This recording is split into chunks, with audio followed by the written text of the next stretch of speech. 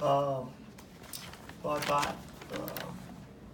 thought we competed pretty hard for the most part. I told our guys in the locker room it's kind of been like practice has been. I thought we competed pretty hard for about probably 32 of the 40 minutes, and we were hanging around there for the first 4 or 5 minutes of the second half, and then the wheels kind of came off a little bit. In large part to them, they've got obviously a great team, and partly because of us. We've got a lot of things to clean up, but proud of the way our guys competed.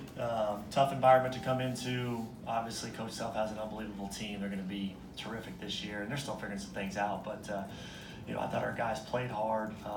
We got to clean some things up, and we're 2 weeks into practice, and just like Kansas has things to clean up, they'll get better too. But I feel like our guys can leave out of here feeling good about themselves. And we didn't shoot the ball well, and we gave up too many offensive rebounds, and we can't turn the ball over 17 times. But other than those things, for the most part, leave out here pretty pleased. Brett, did you kind of wake them up or get their attention with the 7-0 run to start the second half? And how did you think you guys had played to that point? Yeah, I mean, I've been in that locker room, and you're trying to get the guys motivated to play these games, and they know who they're playing next Tuesday, and so it's hard for those coaches because they're going to be jacked up to play next Tuesday, and I thought we had some to do with that. I thought we did a decent job executing, and our game plan was okay, but obviously once they kind of got turned up there and started executing offensively, they were tough. I mean, Dieter's just a tough cover because you got to pick your poison with him, and we were going in there mobbing their bigs, and fortunately for us, we got a pretty free whistle tonight, so they kind of let us get away with some of that, and you just got kind of daring to make threes if you're us, and I assume that's probably what some teams will do right now. It's if you're going to let Doak dunk on you, then it's going to be a long night. So I thought our execution was okay, but yeah, they went on that spurt. Crowd got into it. I didn't have enough timeouts left. I was hoping Coach Self would call one for me, but he didn't. So. Hey Brett, you mentioned this. They're going to start to go back to a two-big look, but when they started going four-guard on you in the second half, did you maybe see a little more rhythm from them offensively going to that week? Yeah, I think they'll obviously clean up the two-big look. I think when you go two bigs, Jesse, at times you can scheme to that just a little bit easier because you compact the paint. And again, that's going to work if, again, they're not calling a lot of fouls because they call a lot of fouls and they're just going to go shoot free throws, or Kansas having a horrific shooting night. But so they'll clean that part of it up. But I do think 4 around 1 is tough to guard, especially with Dietrich at the 4, just because he can make plays, he can spread you.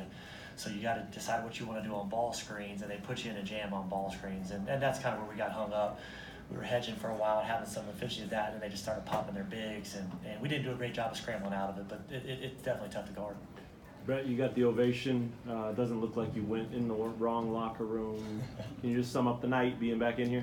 Yeah, I mean, everybody kept asking me how I felt about coming back, and I really wanted to wait until I got done with the game to decide how I was going to feel. You didn't want to come in here and lay an egg, and I told the guys in the locker room I've never been about just showing up. That's good enough. Even when I came to Kansas as a walk-on, it wasn't like, hey, I'm just happy to be on the team. I tried to earn minutes, and as a coach, regardless of who you're playing against, I always think there's a mindset you compete with. So leaving out of here, again, I really love my team, love my guys. I know they're going to go to war. We still got a lot of work to do, but I'm proud of where they're at. So it did feel good, and it's to get to coach a game in this building, and I know I'm biased, but this is the best venue in sports.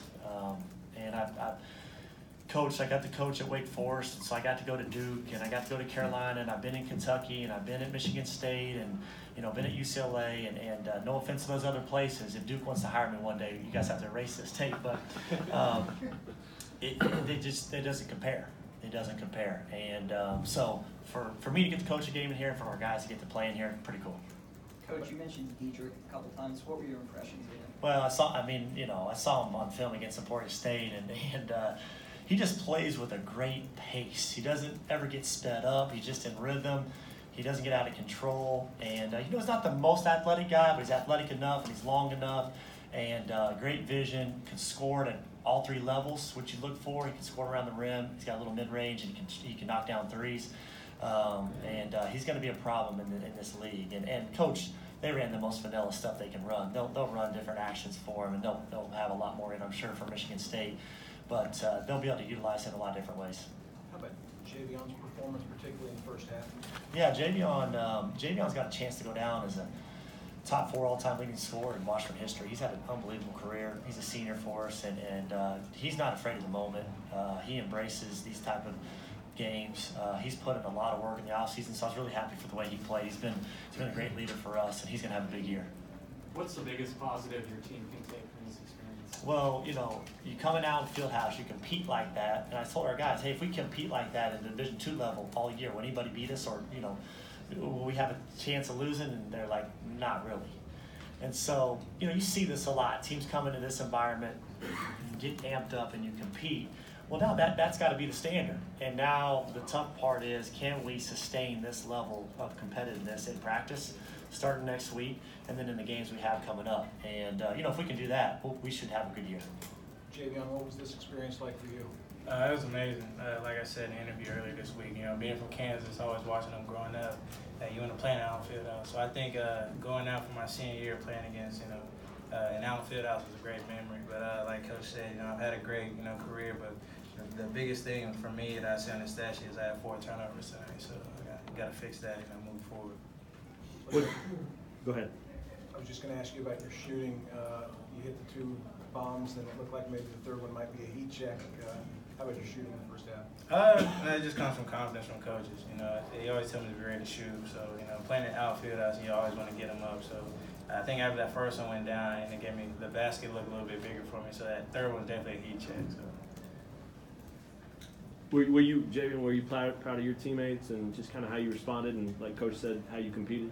Oh, yeah. I mean, like Coach said, it's nervous, coming in here playing in #1 team in the country. Like, you know what to expect playing outfield, at least for me, because I played here before. But, I think the guys played well, especially the newcomers. We had great energy. And like Coach said, if we play like that against any Division II, I think it's going to be really hard to beat. I think Coach said mobbing their bigs, that you were at least one of them that had to go run down there at Udoka. What's that like? What's that experience like? They're throwing over the top to him, and you got to get in there. It's different. You don't really see that a lot in Division II, but I think it's good for us. It's a good learning adjustment because you never know who you're gonna play when it comes down to tournament time for Division II. So I think it's a good experience for our younger guys and newcomers to experience. Playing against a big time player like that, especially Doe, because if you don't get over early, you're probably gonna get dunked on. So I think it's a good experience. Eyes open or eyes closed when you're in there? Eyes gotta be open. You got that on video, man. Don't lie to these people. Gotta be open.